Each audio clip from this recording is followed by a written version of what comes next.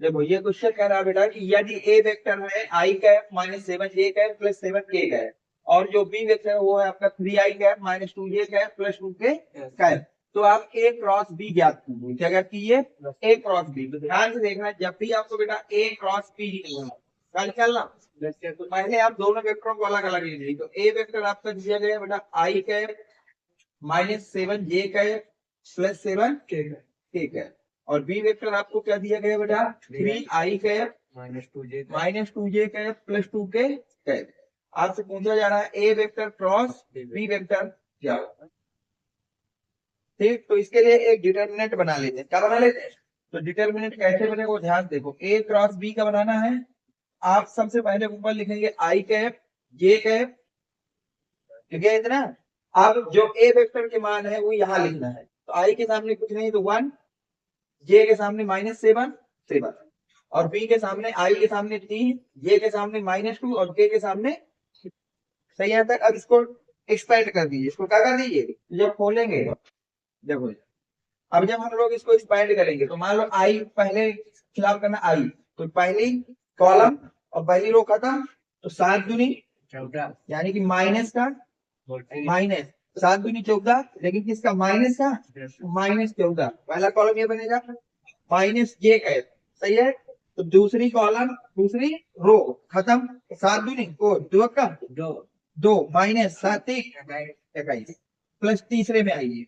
जब तीसरे कॉलम और तीसरे रो को खत्म कर देंगे तो 2 का गुणा -1 से करोगे तो -2, और -7 के गुणा 3 से करोगे तो -21, ये बच जाएगा। अब बताइए इसको, आई कैप -14 माइनस माइनस क्या हो जाएगा? यानी कि प्लस का 14। आइए इधर -j कैप, इसमें 2 में -21 घटाओगे तो -19 प्लस k कैप प्लस का 19, तो इसमें माइनस माइनस प्लस हो जाएगा तो -2 प्लस 21। सही है तक। अब बताइए -14 से प्लस 14 घटाओगे तो हो जाएगा 0i कैप। सही है। अब माइनस माइनस क्या हो जाएगा? प्लस, तो 19j कैप, और ये जब दो को इसमें सेपरेट कर दोगे बचेगा प्लस का 19, प्लस का 19k, ये हो जाएगा। हमेशा इसका परिमाण निकाला जाता है बेटा। क्या निकाला जाता है? परिमाण का होगा ए वेक्टर क्रॉस बी वेक्टर। ये तो हमारा मान है किसका बेटा? ए वेक्टर क्रॉस बी वेक्टर का है। किसका है? A vector cross B vector. तो अब हम निकालेंगे ए वेक्टर क्रॉस बी वेक्टर का मैग्नीट्यूड। तो क्या होता है? जो आई का हो उसका स्क्वायर, यानी कि 0 स्क्वायर, प्लस जे का नंबर का स्क्वायर यानी 19 स्क्वायर, प्लस के नंबर के स्क्वायर यानी कि। सही आंसर क्या बेटा? इस चीज को तुम ये लिख सकते हो कि ये लिखा है 2 × 19 स्क्वायर। ठीक है। रूट से 19 बाहर आ जाएगा तो कितना बनेगा? 19 रूट। सही आंसर, यही आपका क्या हो जाएगा आंसर। ए क्रॉस बी का मैग्नीट्यूड कितना आ गया? सही है, नोट कर लो।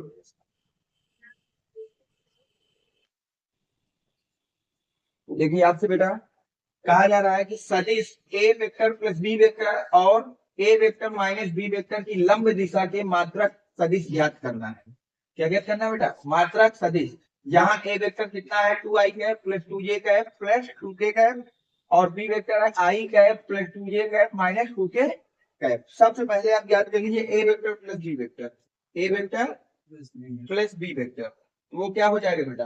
दोनों वेक्टरों को जोड़ देंगे, यानी कि 3i cap plus 2j cap plus 2k cap, और दूसरे ब्रैकेट में क्या है बेटा? I cap plus 2j cap. Simple से जोड़ देना है।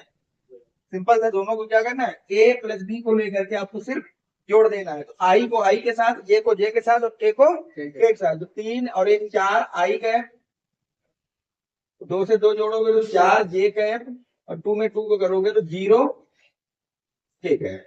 ये तो हो गया एक वेक्टर प्लस बी वेक्टर। इसी तरह से तुम निकाल लो बेटा ए वेक्टर माइनस बी वेक्टर। तो ए वेक्टर में बी वेक्टर को घटा दीजिए, 3i 2j प्लस 2k, और माइनस कर दीजिए आई प्लस 2j माइनस 2k। सही यहाँ तक।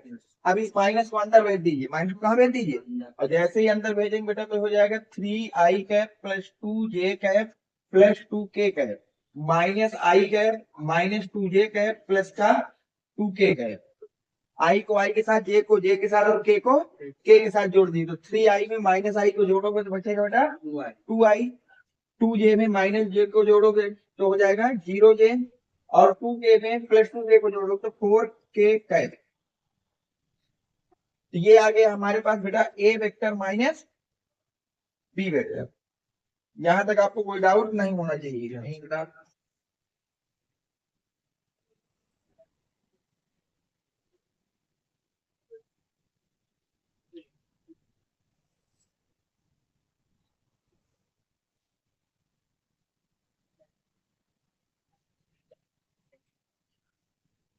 अब देखिए हमें क्या निकालना बेटा, ए क्रॉस बी और ए माइनस बी की लंब दिशा का मात्रक सदिश। लंब दिशा क्या निकालना, लेकिन यदि A vector plus B vector और ए वेक्टर माइनस बी वेक्टर की लंब दिशा का मात्रक सदिश सी वेक्टर हो तो, सी वेक्टर हो तो सी वेक्टर मात्रक सदिश में क्या होता है, दोनों को हम लोग क्रॉस मल्टीप्लाई करा देते हैं। सी वेक्टर किसके बराबर आ जाएगा, A vector plus B vector cross A vector minus B vector. सही है, यहाँ तक सही है।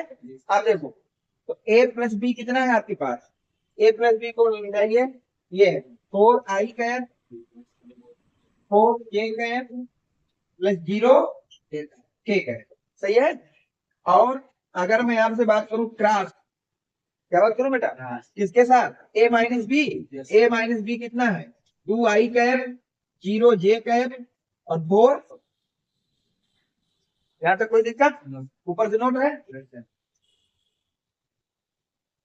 अब यहाँ से पहले हम निकाल लेंगे बेटा इसका लंब सदिश। इसका क्या निकाल लेंगे बेटा, तो ध्यान देखना, तो हम डिटरमिनेंट बना लेते हैं। तो सी वेक्टर इक्वल टू